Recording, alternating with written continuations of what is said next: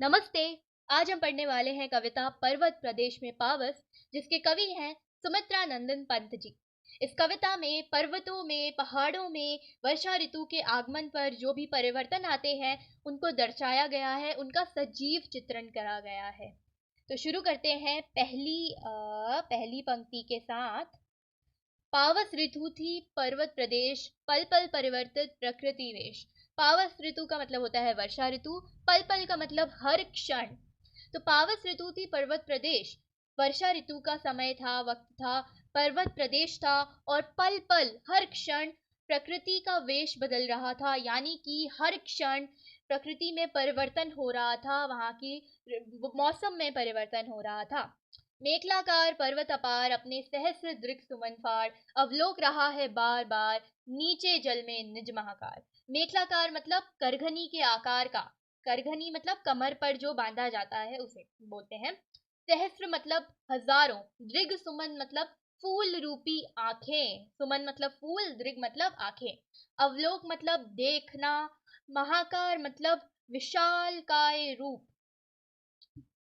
तो इसमें कहा गया है कि पर्वत अपने मेखलाकार को, अपनी करगनी के आकार की पर्वत की जो चोटी ढाल है, वो अपने हजारों फूल रूपी आंखों के द्वारा नीचे जल में अपने बड़े से शरीर को, बड़े से रूप को, विशालकाय रूप को देख रहा है बार बार, जिसके चरणों में पलाताल दर्पण सा फैला है विशाल। पलाताल मतलब ताल, तालाब। दर्पण सा मतलब आईने जैसा, दर्पण का मतलब होता है आईना।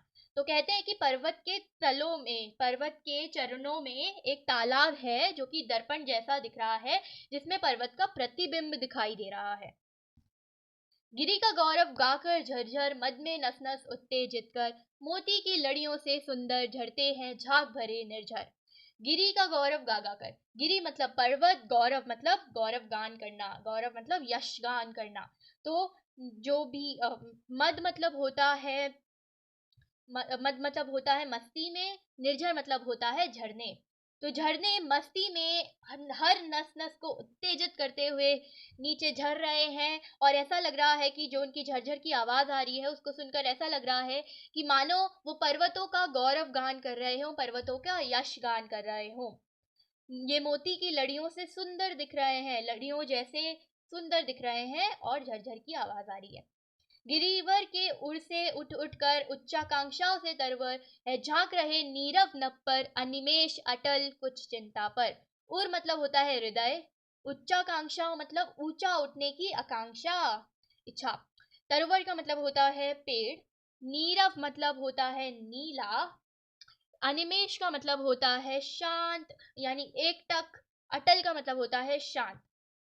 तो गिरिवर के हृदय से उठ उठकर जो वृक्ष हैं वो आकाश की तरफ इस तरह से एकटक दृष्टि से देखे हुए हैं, शांत देखे हुए हैं, मानो वो कुछ सोच रहे हो और उठना, ऊंचा उठना चाहते हो, और सोचते सोचते किसी चिंता में मग्न हो। उड़ गया अचानक लो भूदर, फड़का अपार पारद के पर। भूदर मतलब होता है पहाड़, भूधर।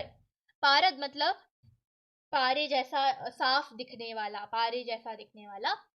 उड़ गया अचानक लो भूधर, उड़ गया अचानक लो पहाड़। ऐसा अब ऐसा प्रतीत हो रहा है कि पहाड़ ही उड़ गया हो, क्योंकि चारों तरफ धुंध सा छा गई है। और फड़का अपार पारद के पार, रवशेष रह गए हैं निर्धर निर्झर, है टूट पड़ा भू पर अंबर। रवशेष मतलब सिर्फ आवाजें ही शेष रह गई हैं, निर्झर मतलब झरनों की। तो झरनों की सिर्फ आवाजें ही शेष रह गई हैं, और ऐसा प्रतीत होता है कि मानो भू पर अंबर गिर गया हो, धरती पर आकाश गिर गया हो। धस गए धरा में शभय शाल, उठा हुआ धुआं जल गया ताल। यो जलदयान में विचर विचर, था इंद्र खेलता इंद्रजाल। सभय मतलब भय के साथ, शाल मतलब एक तरह का वृक्ष है, जलदयान मतलब अपने बादल रूपी यान में, इंद्रजाल मतलब जादू का खेल। तो डर के मारे यह देखकर कि भू पर अंबर गिर गया है, पहाड़ों पर, धरती पर आकाश गिर गया है, यह देखकर शाल के वृक्ष डर गए और वो धरती में धस गए हैं।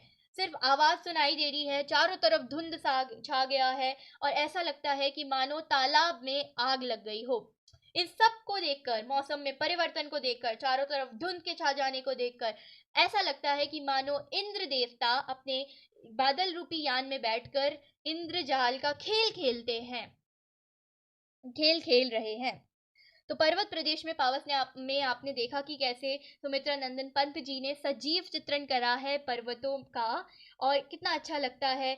उन्होंने सभी चीजों को जीवित जैसा दर्शाया है, जैसे पर्वत अपनी आंखों के द्वारा दृगसुमन फूल रूपी आंखों के द्वारा देख रहे हैं, नीचे ताल में जो दर्पण जैसा लग रहा है, झरने पर्वतों का गौरव गान कर रहे हैं, और जो पेड़ हैं वो और ऊंचा उठना चाहते हैं, कुछ चिंता कर रहे हैं। शलय ताल सॉरी शाल के जो वृक्ष हैं वो ढस गए हैं, डर गए हैं। इस तरह से उन्होंने प्रकृति का सजीव चित्रण करते हुए इस कविता को और भी अच्छा बनाया है, और पढ़ने वाले को बड़ा अच्छा लगता है फिर। और इसके बगल में है इसके नोट्स जो कि मैंने बनाए थे। इसमें मतलब जो चीज़ मैं बोल रही थी वो कुछ दिया गया है, जैसे हर क्षण बदलता रह रहा है प्रकृति का रूप, मौसम परिवर्तन हो रहा है, कभी आसमान साफ हो जाता है, कभी धूप निकल आती है, कभी बारिश होती है, कभी काले बादल छा जाते हैं। और इसमें थोड़ा एक्सप्लेनेशन है फिर सारी पंक्तियों का, और अंत में दिया है परिवर्तन, हर क्षण मौसम बदलता रहता है, नए रंग बिरंगे फूल खिल जाते हैं, पर्वतों के नीचे फैले तालाब में पर्वतों का प्रतिबिंब दिखाई देता है, मोती की लड़ियों की तरह बहते झरने लगते हैं कि मानो पर्वतों का गुणगान कर रहे हो, तेज वर्षा के कारण चारों ओर धुंध सा छा जाता है। तो ये सब परिवर्तन आते हैं जब पर्वतों में, पहाड़ों की श्रृंखला में वर्षा ऋतु का आगमन होता है। और ये था पर्वत प्रदेश में पावस मैथिली शरण गुप्त जी के द्वारा। धन्यवाद।